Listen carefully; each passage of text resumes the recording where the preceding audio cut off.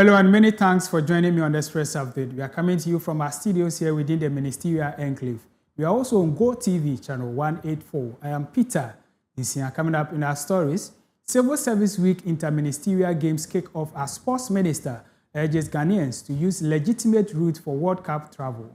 Also coming up, Asutifi North MP donate computers to boost ICT in rural schools. These and many other stories coming up shortly. Please do stay with us.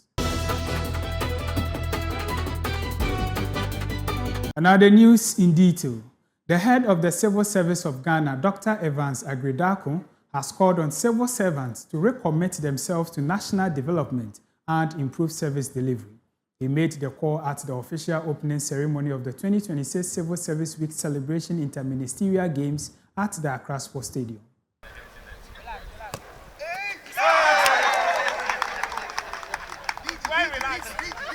So with this, the 2026 Civil Service Interministerial Games just commenced. The Interministerial Games is organized annually by the Civil Service of Ghana to promote unity, good health, and sportsmanship among staff of the various ministries.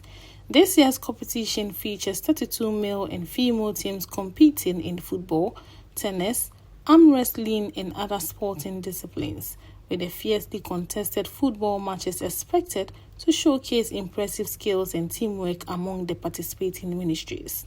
Speaking at the launch under the theme, Resetting Agenda for Sustainable Development in Ghana, Dr. Evans Agridako says the Interministerial Games has become an important institutional tradition that promotes unity, teamwork, resilience, and networking among civil servants across the country.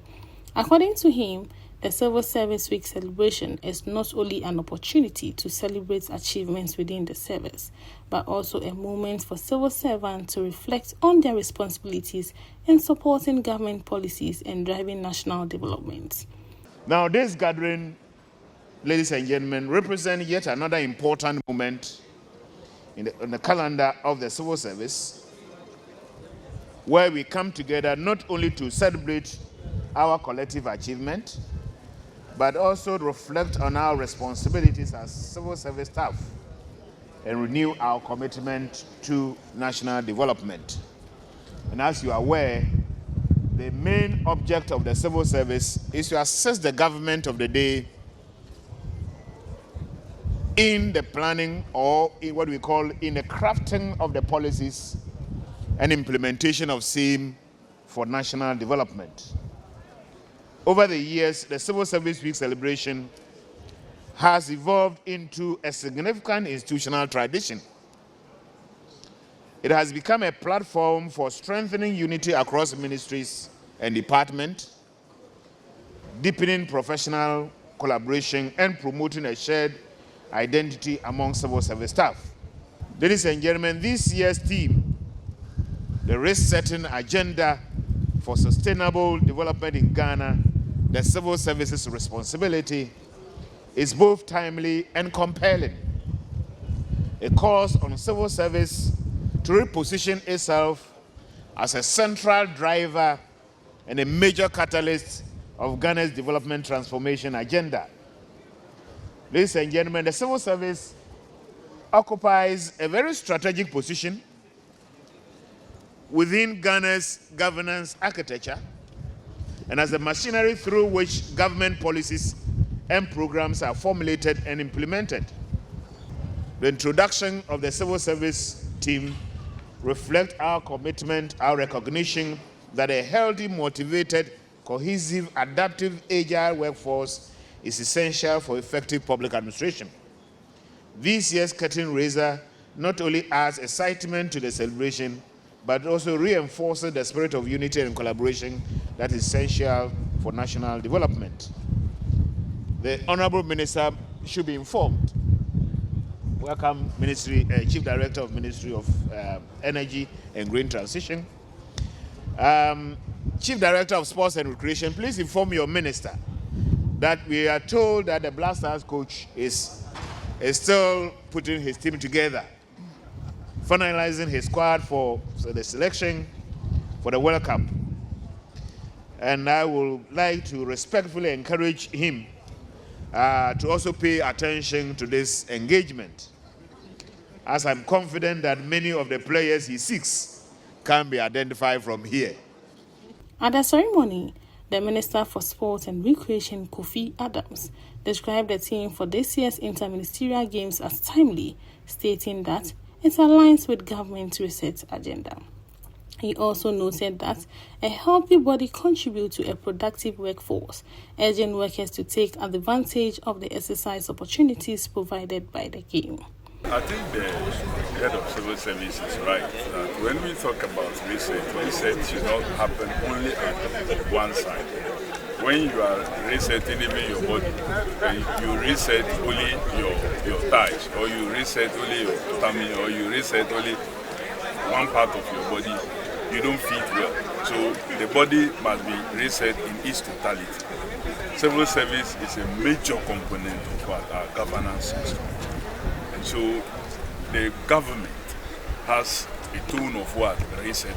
So if the civil service responds positively to it through initiatives such as this, then it will make it even much faster. We will all have a certain understanding that when we succeed for all of us. We lay a strong foundation, build on that strong foundation, and we will now have a superstructure that will continue to grow without worrying much about what was put in the foundation, whether we must uproot the foundation again. So the mindset, the way we do things must agree with this principle. So it's a good team, and we are prepared to associate with you, and we are grateful to the leadership of the civil service and the civil servants for accepting to take part in this event and to understand that the reset mentality is key for all of us. The minister also appealed to Ghanaians planning to travel for the World Cup to use only legitimate travel routes. He further disclosed that government has secured broadcast rights for the tournament to ensure all Ghanaians can enjoy live coverage of the matches. Well, I want to tell Ghanaians that yes, the World Cup is happening. Government have secured broadcast rights, and so many platforms will be broadcasting the various matches live. We also intend to create fan zones where you will feel the stadium atmosphere, and so we will bring it to your homes. What we want from Ghanaians is to continue to pray for our team, because we need, with one heart and one mind, support our senior national team, the Black Stars. Once we do that, God will be on our side. My other point also is to appeal to persons who so desire to travel, to go through legitimate routes. Don't let anybody deceive you and say, oh, they are doing this, they are doing that, and take your money, the little that you have. Please, don't do that. I've been taking on left, right, center that we have contracted some people and we are not doing this. Please, we haven't contracted anybody to do anything. Use legitimate route in getting what it is that you must get to be able to travel to Mexico, United States of America, and Canada if you want to be there. But even if you are not able to go there, we have secured broadcast rights, and we would also create various opportunities, fan zones for people to be able to watch and enjoy the World Cup atmosphere right here in Ghana. But we need everybody's prayers. We must support the team. With one mind, one heart, together, the Black Stars will go far. We are continuing to assess and see where we can do it, whether it will be at the Independence Square, it will be the stadium, it will be where the Director General, National Sports Authority, and his team will advise appropriately. There's an event team for the World Cup, and they will work with them to get that done. Away from that story, Member of Parliament for Asutifi North, Ebenezer Kweku Ado, has donated 50 desktop computers to basic schools in rural communities within the constituency to improve ICT education. The computers were presented to the District Education Directorate in Kenyase and will benefit 10 schools, with each school receiving 5 computers. The MP says the initiative is aimed at bridging the gap between peoples in rural areas and their counterparts in urban communities who have better access to technology. Education authorities in the district have welcomed the gesture, noting that many rural schools struggle with ICT lessons due to inadequate computer access. They believe the donation will improve people's understanding of ICT and enhance their performance in the BEC. To some more news, the Ghana Education Trust Fund, GETFund, has cautioned the public to disregard fraudulent contract award publications circulating in its name. In a statement, the fund said scammers are using fake procurement opportunities to extort money from unsuspecting contractors, suppliers, and consultants. GETFund stressed that the publications are false and unauthorized, clarifying that it does not directly award works contracts. It explained that projects are allocated through approved processes involving coordinating councils and relevant stakeholders. The fund warned that anyone engaging with persons behind the fake schemes does so at their own risk, adding that it would not be responsible for any losses incurred. On to our last story, the Governing Council of the University of Cape Coast has appointed Professor Dennis Walanyo Aheto as the new Vice-Chancellor of the university.